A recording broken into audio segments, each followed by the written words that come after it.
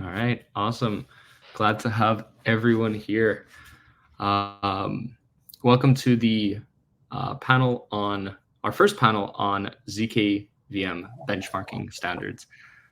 Today we have a list of high-profile individuals that are all related to just the overall ZK space. We have the co-founder Rolf Versluis, co-founder of Horizen, Michael Tung, co-founder of Brevis, and Ventali Tan, co-founder of Lydia, and Ismael, the co-founder and CEO of Lagrange Labs. Welcome, everyone. Thank you for having us. Thank you for the invite. Awesome. I guess we'll begin by just a brief background in just ZKVMs in terms of performance benchmarks. There was recently like some Twitter threads related to standardizations of ZKVM performance because there were cases where comparisons between CPU performance were compared to GPU performance, as well as there were software applications where previous versions of software was used to compare with current versions of software. And then there was also the inclusion of PreCompiles as well. So there's a lot of these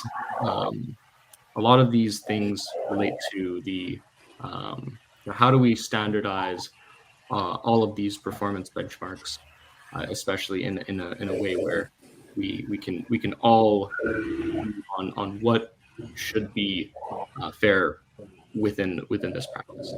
I know that we have there was a ZKVM performance benchmark released by VAC very recently, and they compared the benchmarks for proof generation across all the ZKVMs, and they compared both the arithmetic operations and the memory consumption.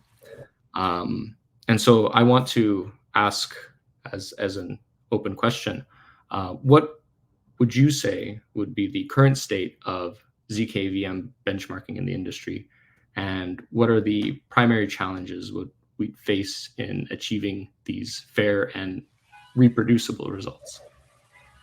Yeah, so that's a phenomenal question, Pavel. And from our perspective, I think one of the tricky things is who's producing the benchmark and to what end that benchmark is being produced. And so put very simply, every team that builds a ZKVM has an imperative to release benchmarks demonstrating that their system is the state of the art, that it's faster than their competitors. The tricky part about that is they're all incentivized to put those benchmarks on machines or run those benchmarks from machines that they know their system will be more performant in under certain conditions over certain circuits that a more equally run or more independent benchmark would not. And the tricky part about independent benchmarks as well is that oftentimes they don't know what the systems are optimized for, and they don't have access to the closed source GPU or hardware optimized provers that a lot of the ZKVM teams are building. So what we're left with is a bunch of very different statements about a bunch of very complicated systems that a lot of consumers don't know which one's faster. But yeah, I think hopefully as the industry progresses, we're going to see the benchmarks that matter start to take fold. And the benchmarks that matter is if you take one system and run it at its best against system B at its best, all things being equal, who's faster? I think I want to jump in on that. Sometimes when we're looking at doing specific things like benchmarking, when we're talking about what we're doing and how we're doing it, it's sometimes worth backing up to say, why are we even doing a benchmark in the first place? And you make a very good point, Ismael, that having benchmarks that everybody can agree on and to use that are kind of industry standard would be able to tell everybody whose ZKVM or ZK coprocessor is performing the best. I'm not sure that that's useful at this point, though, because there's a lot of different things that go into benchmarking. as opposed to just the speed of the development of the proof and the amount of memory that's used. I mean, there's certainly the different hardware that you can put into it, but I would say that really the big picture purpose is, what is the virtual machine or the coprocessor going to be used for? Because it's more application specific, and there's big differences based on what application, what type of ZK proof, if it's a SNARK or a STARK that's going to be used. And I know in the past, when you start with Zcash, one of the first production zero knowledge proofs, it was used for private payments. And then when we got the BN254 curve on Ethereum, it opened up ZK rollups. And that's kind of where we're at, where ZK rollups dominate the conversation. So part of the benchmarking is, all right, let's see how fast we can do a whole bunch of transactions on a rollup, how succinct we can make the proof, and then what type of hardware we can bring in, with GPU being the leading, but there's also FPGAs and ASICs in the background. So I'd back up and say, okay, what's the purpose of the exercise? Because a general purpose ZK virtual machine is certainly different than a ZK coprocessor like y'all make. Yeah, well, just to add on top of that, I think right now the state of the ZKVM benchmark is that every ZKVM has their own benchmarks, and they're running on different hardwares with very different standards and different internal settings. And more importantly, oftentimes they're comparing in different matrices, with entirely different kind of a setup in terms of the VM itself. The biggest challenge here, that there are several challenges, I would say. One of them is this entire space is rapidly evolving, and each and every VM is changing day by day. It's very hard to capture one kind of a snapshot in time and then go back and say, okay, this is a kind of new result. Should I compare with the old one? Should I compare with the main branch, tip of the main branch? The performance can be really different. This is what we have experienced when we were benchmarking some of the ZK VMs actually. And we are also using very diversified matrix, because the entire ZKVM stack is pretty complex. There's proving time, there's verification time, there's the consideration of how large is the proof size, and there's a consideration of whether we count the time to actually make the proof verifiable on chain, which is oftentimes called recursion time. And then you have the end-to-end time, which take into account of parallelization, kind of a horizontal scaling and hardware acceleration and everything like that. So workload time will be very different from machine cycle time, for example. So all of these matrices need to make sense for developers, so that they don't kind of get overwhelmed by this huge set of different matrices that it doesn't actually translate to the end, product performance. Which leads me to, I think, the most kind of urgent need for the industry is to actually define a set of very interesting and meaningful real-world tasks. Right now, if you look at all the ZKVM benchmarks, everyone starts, the benchmark by proving Fibonacci and some cryptographic hash function like SHA-256, and that's it. But we actually need more tasks that are actually representative of the real-world application needs, such as intelligent DeFi use cases, such as ZK bridge use cases. All these are good use cases that should be put in as kind of a standard test suite, just how people are testing AI and big model system using things like ImageNet. And I think we really in the ZK space need our own equivalent of ImageNet. That is a set of standard and meaningful and useful workload that is frequently used in the off-chain computing setting. Perfect. I hear some aspects of real world, and knowing exactly what specific, and targeting it for a specific application, real world use case, and specific to whether it be the real world use case of the bridging, or other aspects of what ZKVMs are attempting to accomplish. And I think we'll see that evolve as we build up more use cases within within the ZK space. And for a follow-up question, so it was mentioned that precompiles would play a role in the ZKVM benchmarking, and essentially precompiles are built into the system to accelerate common operations, so like elliptic curve arithmetic or hashing or signature verification. If they're baked into the ZKVM, how would you maintain, I would say, like a level ground between other solutions that might not have it baked in that way? That's a great question, Pavel. So there's a natural trade-off in computing between generality and performance. The more general you make a system, generally, the less performant it is. So when you're talking about a ZKVM, effectively a prover that can execute arbitrary RISC-V or WASM computation, or generate proofs of arbitrary RISC-V or WASM computation, the idea that you've built what is the most general possible system. You're not handwriting constraints. You're not handwriting circuits. Whenever you want to make a proof, you write your code in Rust or something that compiles to WASM, and all of a sudden you can generate a proof for that execution. But with that, there are certain operations, specifically in the blockchain context, hash functions, signature verifications, that are not finite field friendly and are expensive to generate in a ZKVM. So many teams have taken the precompile centric approach, to your point, where they handwrite specific circuits that they put in that, when those operations are called in the program, execute as a predefined circuit and not as a series of opcodes. But that obviously creates potential difficulties in comparison if you have an optimized handwritten circuit for Ketchak in one VM and you don't have it in the other. So to take a step back, and Rolf made this point earlier, you have to ask yourself, why am I benchmarking?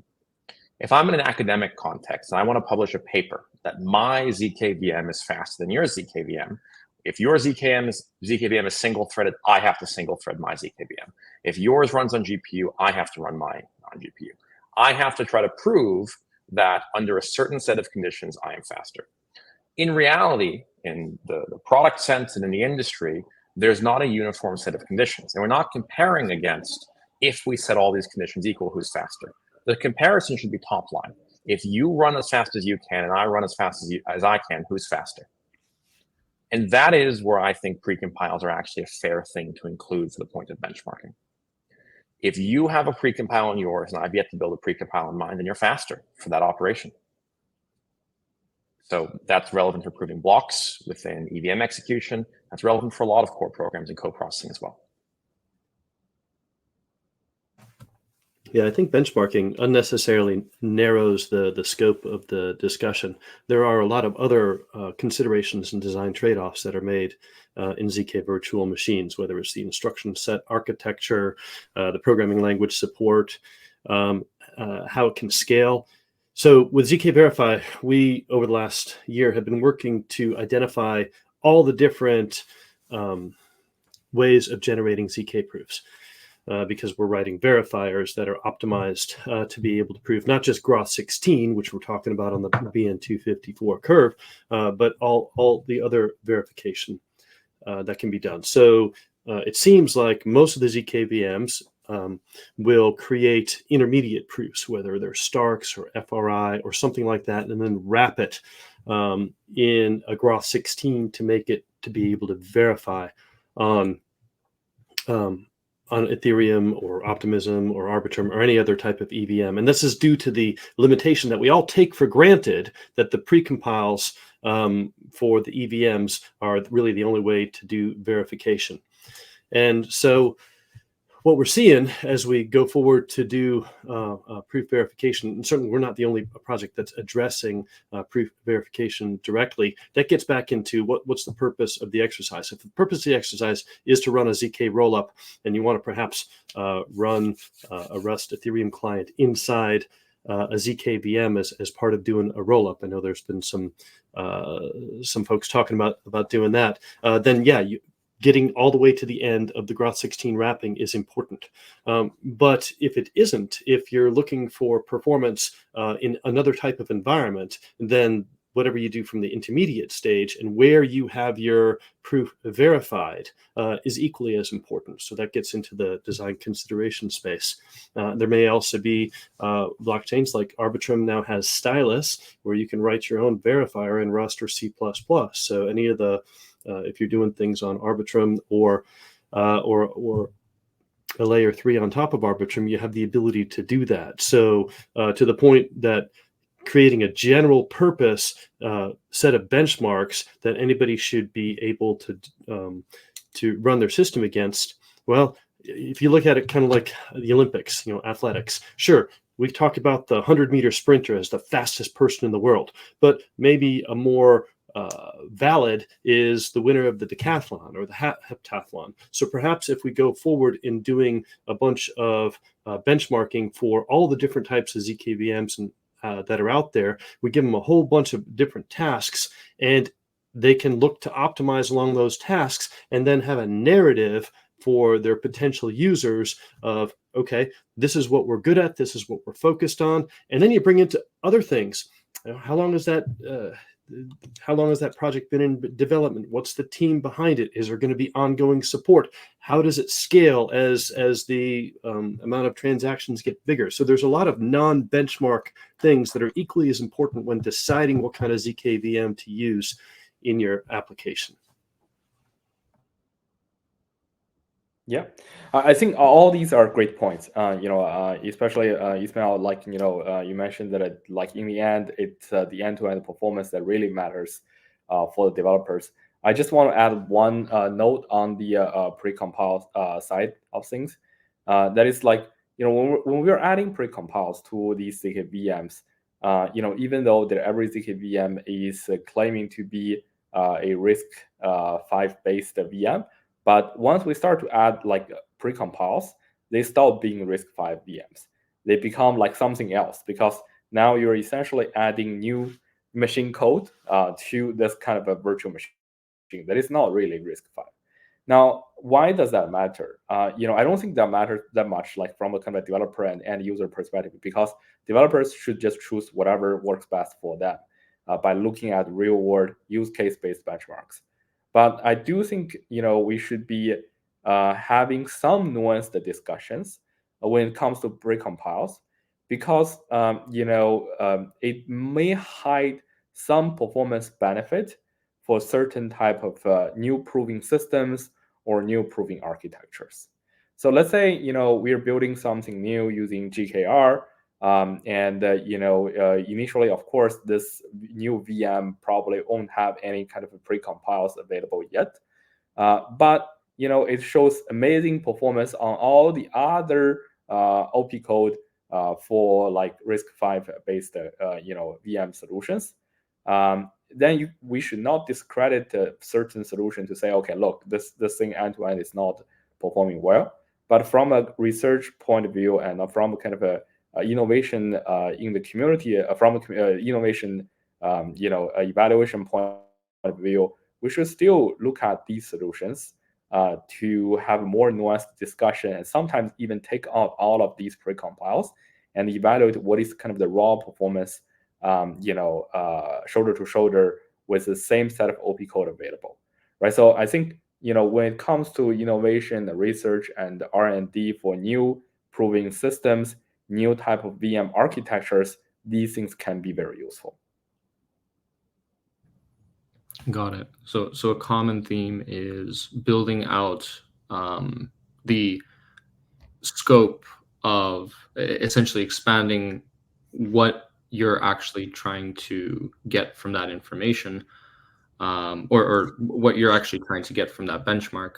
And then in the case of PreCompiles, to essentially base that off of, you put it as they're not RISC-V if entirely if they use the PreCompile. So I guess in that case, maybe that combination of getting to those additional use cases and focusing off of those specific metrics can lead to better and more accurate results when dealing with, I guess, those different comparisons, and then how they would perform over time.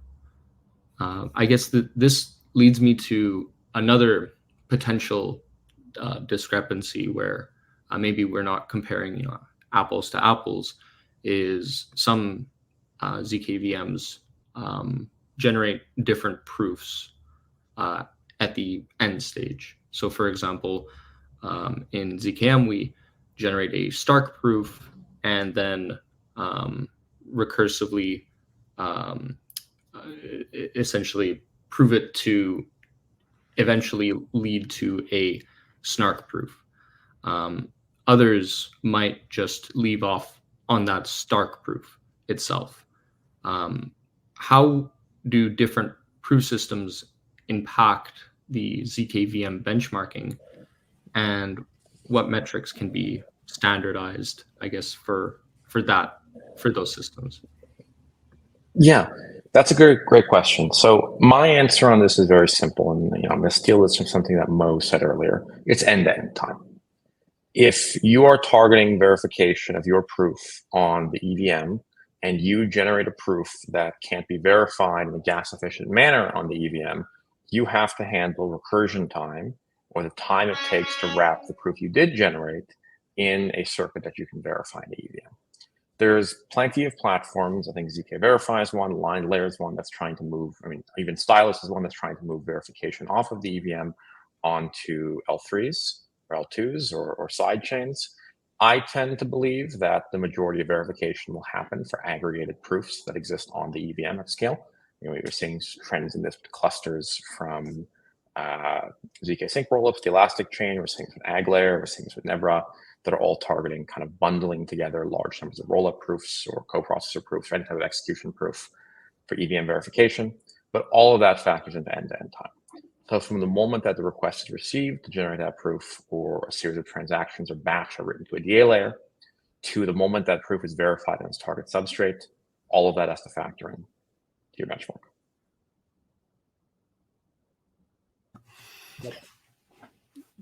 Go ahead, Mike. Oh yeah, so I think just to add a few other metrics that we can consider as well.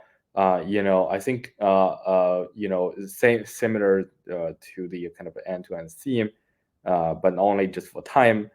We should also look at what is the final on-chain proof size, which actually matters a lot when we're kind of doing proof verification and incur actual on-chain cost. And more directly, we can just look at what is the on-chain verification,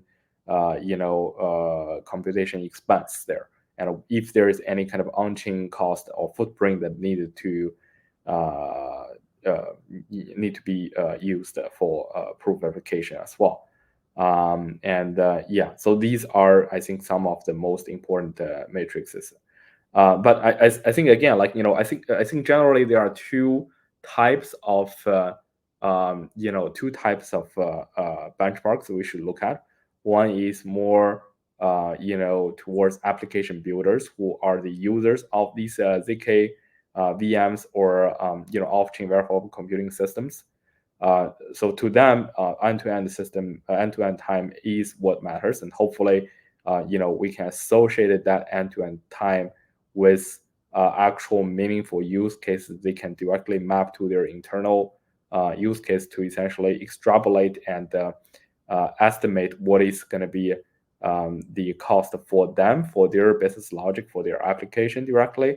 So that will be very useful for application developers. But at the same time, we should also have this kind of a finer grained breakdown of benchmarks looking at specifically core proving time, what is recursion time, because sometimes these things matter. For example, if you have a proving system and a VM on top of that that yields extremely fast core proving time, it's just like on the recursion side, it's horrible. Well, is that unusable? Maybe not.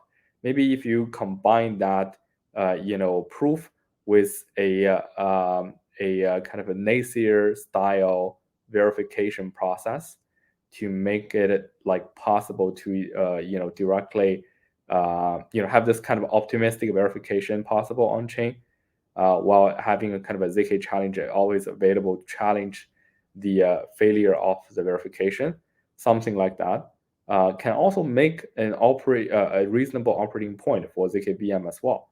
So I think like generally two sets of different matrices for two different type of group of people interested in ZKVMs.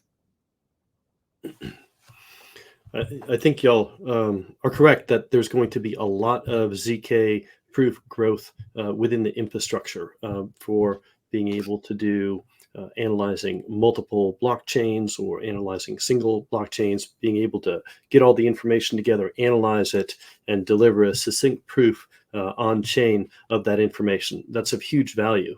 I think it's even going to extend beyond the Web3 and blockchain world to be able to incorporate the Web2 world. So there's going to be certainly a lot of growth in that space. Don't dispute any of that at all. I think there is going to be additional growth that's outside of the infrastructure focused on applications.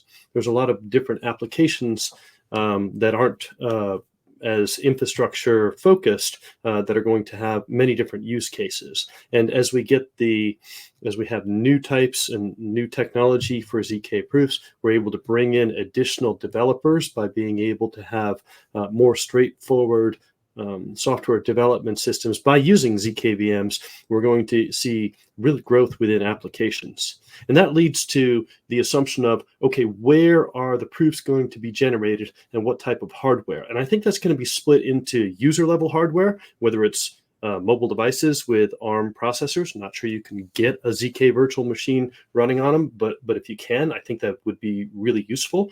Then we're talking, ARM-based Macs. Then we have x86 type computers, now with or without graphics cards on them. So the user level, and certainly for applications, there's a lot of benefits in some privacy-focused types of applications to have the proof generated on the user device. The other is, okay, we're going to have it generated at a proving service.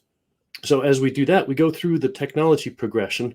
I used to work in the semiconductor industry a long time ago, selling FPGAs to people, as well as processors. And it takes a while to develop more advanced hardware. So in a lot of cases, the software development paralleled the hardware development. And so people were developing software aiming for hardware that was coming out about a year ago.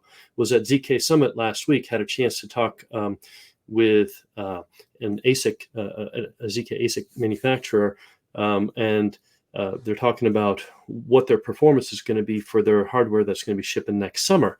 And so there are people that are designing for that. Now, these are going to be in centralized, cloud-based, or certainly data center-based proving networks. And so as you have benchmarking on your ZKVMs, and Ismael, just like you said, hey, whatever you got it designed for, run it flat out in an optimized environment, and that's what your benchmarking should be. There's going to be the opportunity to have more advanced GPUs, possibly FPGAs, although I'm not sure that the memory bandwidth on FPGAs are sufficient, but certainly ASICs that are optimized for cores with fast, and then with fast Fourier transform series of gates and extremely wide memory bandwidth for on-core memory. So that's going to take into account as well. And I think we're going to see people go back and forth as this software and hardware development at prover networks continues to progress. I like how again, we're focusing on what we're trying to prove and then what the application is doing. So maybe having a split between the generalizable nature of a ZKVM, but also targeting the specific use case on what you are trying to prove, what action you are trying to do, and then having that breakdown across multiple different sectors, and then ideally standardizing it into or like splitting it into what chunks are you aiming to look at in terms of performance. Like if you're if you're, let's say, slower in terms of the recursion, that shouldn't that should be expressed in maybe one part of the benchmark rather than the entire aspect as well. That leads to a point for, we discussed some potential bottlenecks in relation to potential the evaluation. So we had precompiles and then the potential for differing proof systems. Are there any other bottlenecks in which standardization of these ZKM performance or ZKVM performance can be impacted? Yeah, I guess so. I want to push back on the need for standardization a little bit. And I want to push back a little bit on the need for benchmarking. I think it's very important to discuss that in the context of an academic or an engineering pursuit. But I think at a broader industry level, I see the overemphasis on benchmarking in the ZK space as, in fact, negative signaling to the maturity of the space. It is reminiscent to me of the L1 wars that we saw 24, 36, 48 months ago, where there were a bunch of chains arguing that they would be the Ethereum killer or that they would be the L1 of the future, using TPS benchmarks as their primary indicator. And what we've seen from that market is that the only ecosystems that survived were those that had community, that over sufficiently long life cycles of open source technology, enough of the implementations get commoditized that pure technical performance differentiators really are not a point of defensibility, are not a moat. What creates moat is network effects around liquidity and execution of application level builders ecosystem.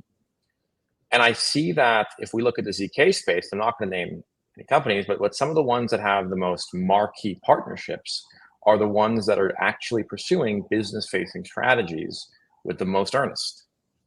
And I think as an industry, as we see companies begin to do that and tie a great implementation into an excellent commercialization strategy, they'll win.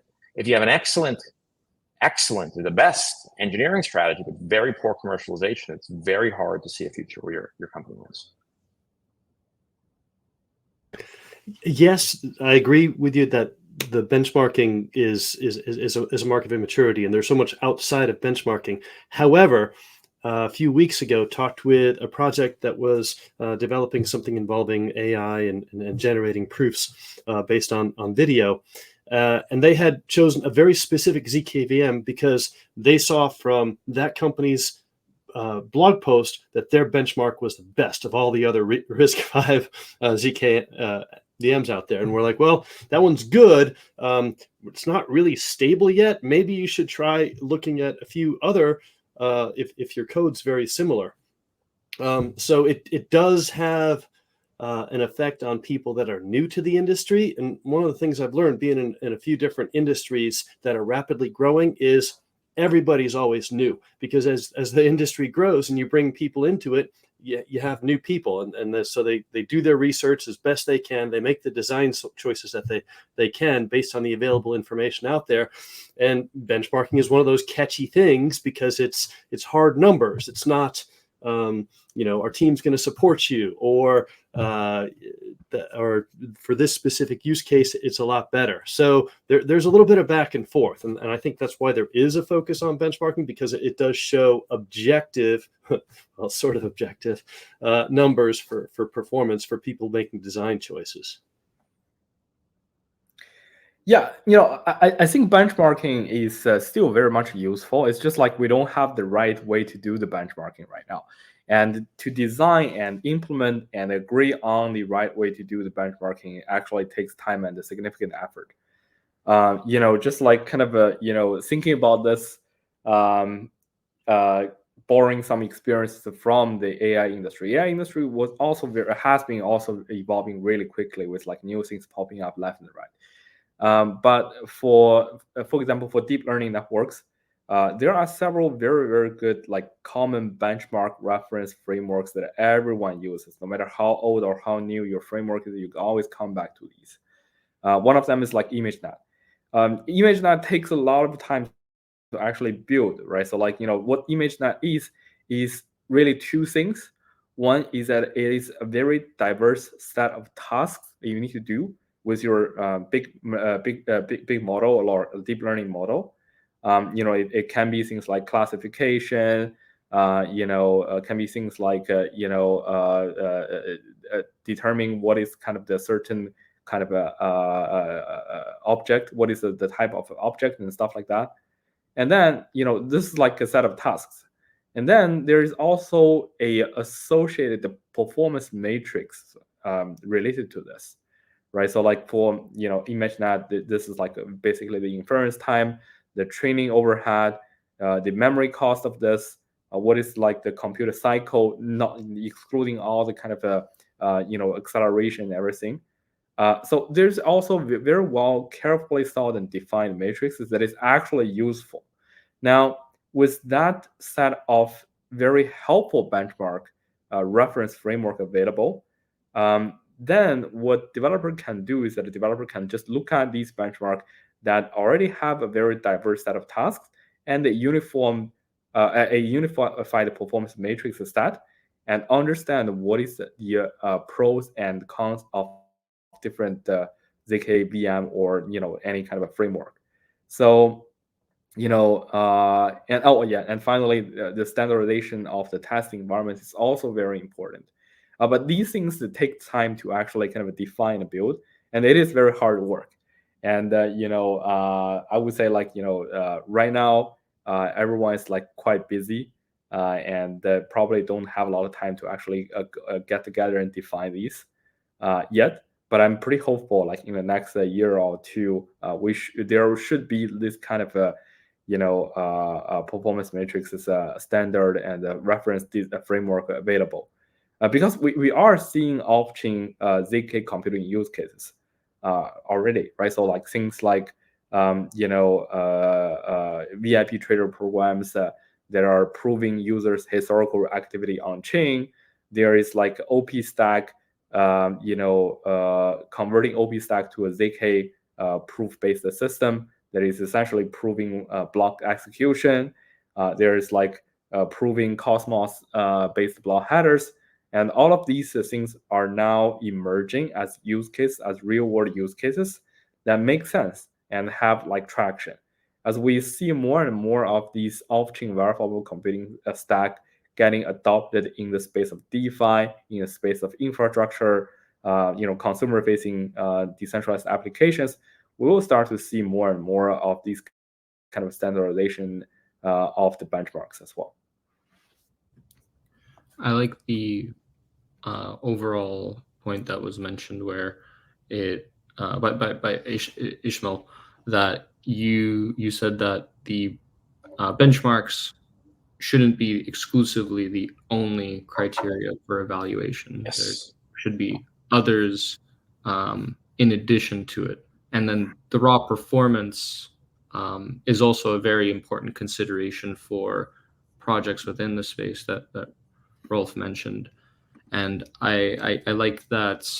I think that having maybe different sectors for ease of use or language interoperability. I know that a lot of ZK VMs prioritize Rust as the main language for developing ZK VMs, but extending past Rust into other languages as well, or support for other languages, is also an important consideration for developers. And so I think having a more wider comparison could lead to better decisions for essentially businesses looking to build on specific for a specific use case.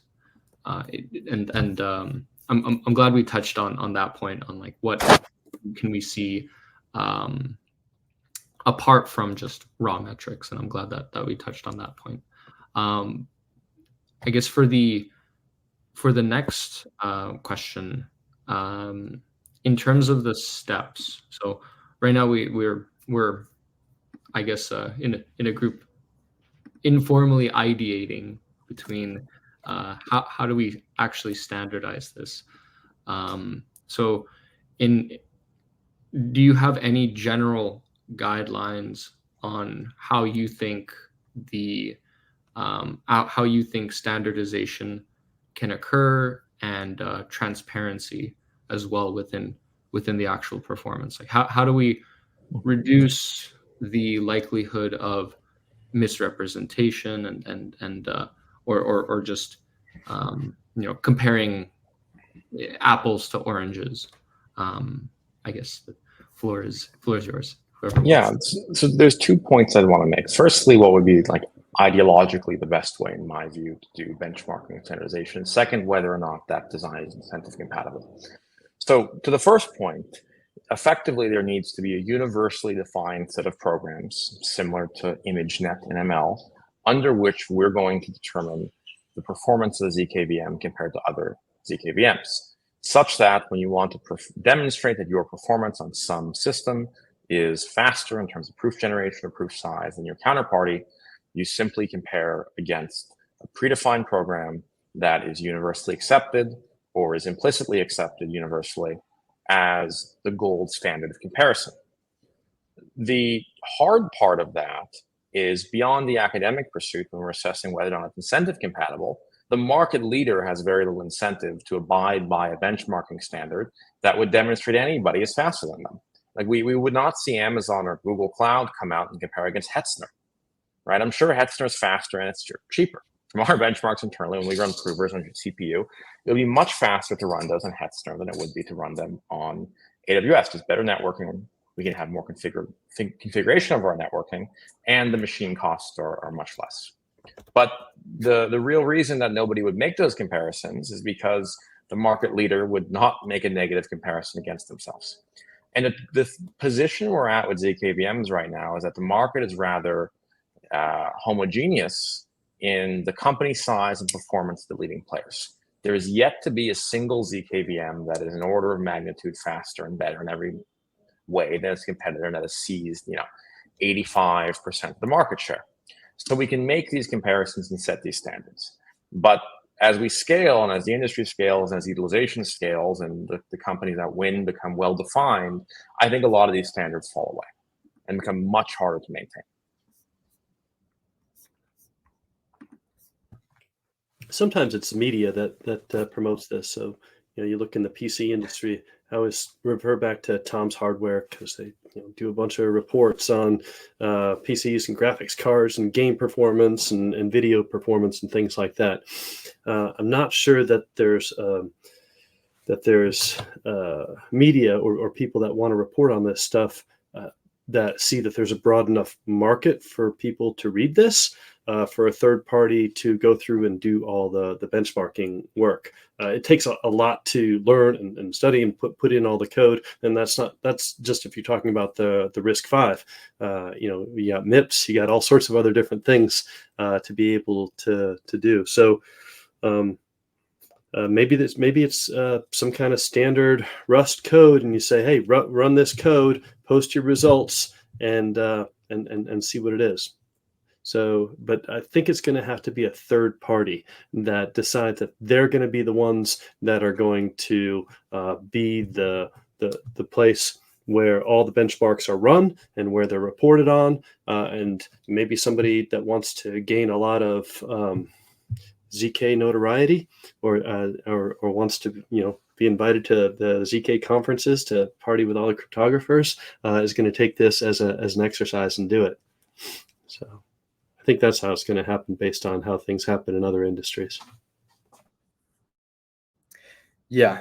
I'm kind of hoping that we can reach the some sort of like a common reference of benchmark standard via actual adoption of many of the off-chain verifiable computing system, right? So as I mentioned, there are already a bunch of emerging use cases that are pretty comprehensive in terms of the computation types they do.